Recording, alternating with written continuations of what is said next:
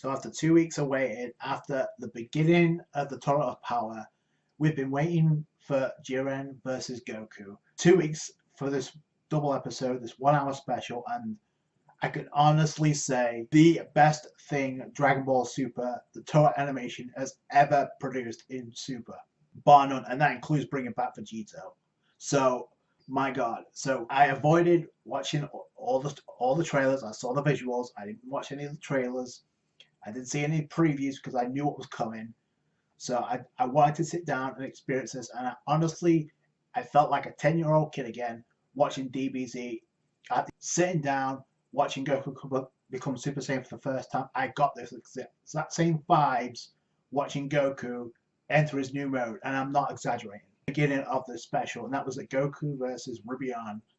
And a lot went down, so there's a lot to focus on. But obviously that wrapped up very quickly. So Goku and Rubian going at it. Rubian using some love art attacks and actually using, I believe it too, alongside Heelys, the female god, the goddess of destruction, using some neon glow sticks to actually use as cheerleading for Rubian to actually activate a new mode or a different mode, because I won't call that transformation because she only grew wings. So she drank Red Bull. Goku noticed her power increased. So, however, she unlocked the biggest attack. Goku dodges with instant transformation. He goes into Super Saiyan Blue and literally kicks Rubian to the feet of Jiren. And this is one of the moments of the episode that stand out to me. The beginning of before the fight between Goku and Jiren, the way it was all constructed, the way now the god of destruction of I'm letting the chains off, you can go. Anything back, second boy, your first target, Son Goku. So, and this things that stand out to the episode is how everybody gets the input. That is from the Tournament of Power, even the members of Universe 7 giving their input. It's honestly the first part of the special. You literally had everybody standing still, just paying attention to Goku versus Jiren, because they're acknowledging the fact that Goku and Jiren are two of the toughest fighters in this tournament. They even admitted that with how, because obviously he's a skilled fighter for somebody from a lower level mortal universe. So we can't underestimate him. Obviously, Bimald has complete faith in Jiren, and after this special, it's clear to see why. It literally says once Goku gets eliminated, that would demoralize everybody at that point. So everybody else would get discouraged, they wouldn't have to hold the fight, and then everybody else would be easy pickings. So that was Kaioshin's way of thinking, and that was Bimald's. You literally have Margarita literally. It's like maybe she should take Goku a little more seriously. At the same time, she has good instincts, because at the same time, she's right to not let Goku, no matter what, Goku's always going to bounce back. At that point, Jiren is walking towards Goku, and from the moment he emitted the shockwave that was felt by everybody, so Vegeta, Frieza, and Beerus hyping this guy up, and all the gods of destruction. So Beerus literally was sweating from the shockwave emitting from Jiren, and even Goku was like, to the point where Goku was trembling. I mean, he was literally trembling. He was sweating. He was trembling. This is the most trouble I've seen Goku before the epic transformation. So you can figure a way of countering it. So he goes from normal to Super Saiyan 2, and that doesn't work at all. I mean, he's just tanking him.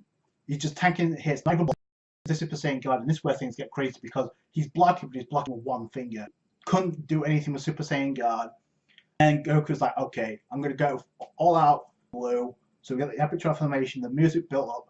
The other thing that was actually goes into his new mode and fights with Jiren, that music was on point. I'm pretty sure they're going to be out pretty soon, and they're going to be popular. So the music choice was great. The visuals were great.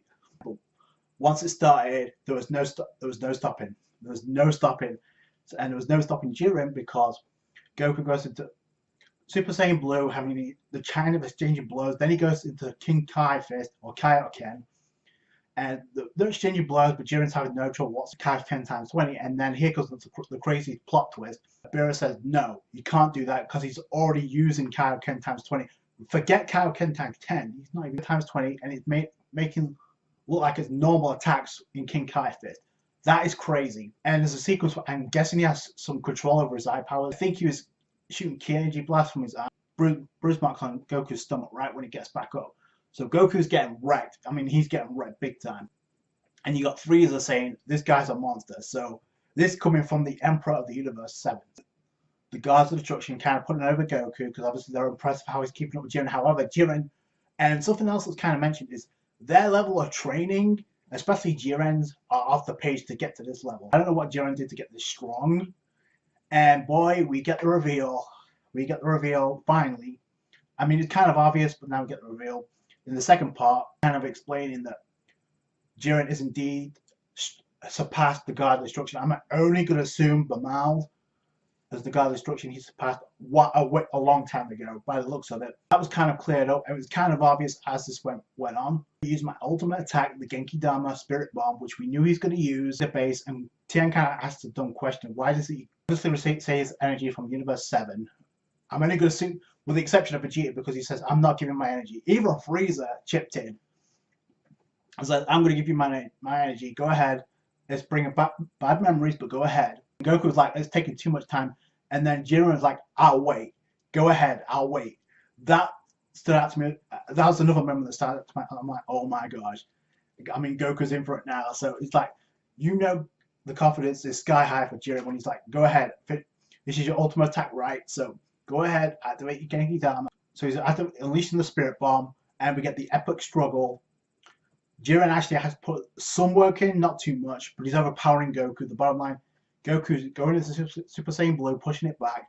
It's a real titanic struggle to end the first episode, and literally just overpowers Goku in Super Saiyan Blue Kaioken times 20.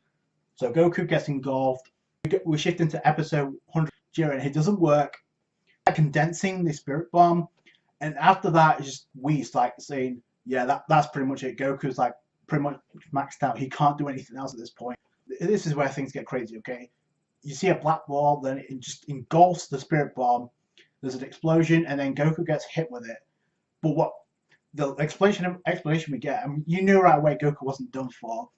This was there. Goku looked like he was out the tunnel of power, and even out like Zeno-sama, like about to press the button on the God Pad. So obviously Goku's been eliminated. But before then, you get the explosion and the epic return. And by the way, even so, and boy oh boy, and you have Beerus is like, oh, you got on Goku for good. And you see the explosion and everybody else is feeling it. Like we all know, that Goku's going to reappear, which he does. And boy, the music just, I mean, the drama just keeps unfolding. You have Goku emerge from the explosion in his new form. He didn't power up. It was already there. He already absorbed the Genki Dama. Now, the way he used the power of the Genki Dama, and it's only temporary, by the way. It's a level not even the gods can achieve. So think about that. And there was a lot of comments made about Goku's the way he was emitting heat. They didn't like it so much. So I don't know what's going to happen there. It looked like temporary for now. And even when Vegeta tried to ask Goku what was that about, and Goku doesn't really get an explanation because he's not sure. I'm pretty sure it's a cop out because obviously we may get that mode again, we may not. But for the time that it was there, and if this is a one-off, that's great, because a lot of people complain about is too many transformations. So if it's temporary, that may not take away from the epicness of that moment. Goku standing up with his new mode, and we kind of explained that it was the Genki Dama that Goku mixed in. He was using that energy, it engulfed him, and then he is able to achieve break through his limits once again and achieve his new level. But it was temporary, and so the hopping on that, and then we had Goku.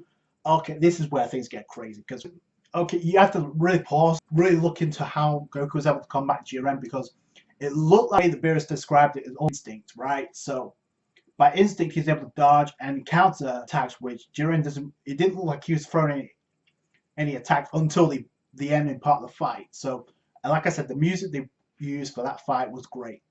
They're going back and forth. The way Goku's dodging, I thought was one of the best scenes in the episode, because that was really well done.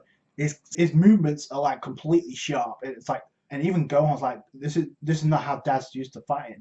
This is not his way of fighting. So it's completely different. The power of the Spirit Bomb that's used inside him is completely taken over. So, and that's what's giving him this power, and it's what's giving the wherewithal to actually dodge Jiren's attacks and actually counter. And he does get a scratch on Jiren, and the way that Piccolo was actually able to figure it out is Goku, little by little, with his exchanging blows with Jiren, he's getting more and more in tune how Jiren moves, and he's able to counter to the point where Jiren now has to put in the work. Crazy, man. It's like insane, and you got everybody else being out like, guys, this mortal should not be able to admit this much of potential reach themselves. So I think it's kind of obvious.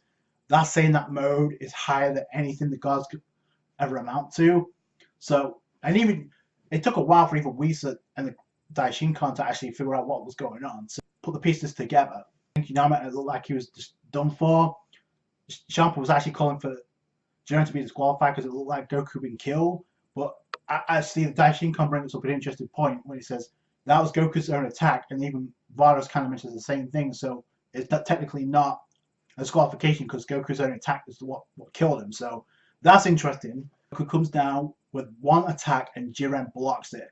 It made that red aura that we haven't seen yet, and I think it's kind of obvious that Jiren isn't even going full power, and this is Goku unleashing his new mode. Much as the hype as the new form of Goku was, and as great as a moment as it was, the impact that Jiren had as a whole in this episode is what made the special completely unique. How everything was stood in awe. Going to happen with Goku now, because by the end he goes back into normal and he uses the same blast he used on Kale, and before he could finish off Goku, in comes Hit to try and land a blow on Jiren, who blocks it with one hand, by the way. So I don't think you've seen the preview. It looks bad for Hit because he's using time leap and it's not working. Topo and Dispo try to attack Goku.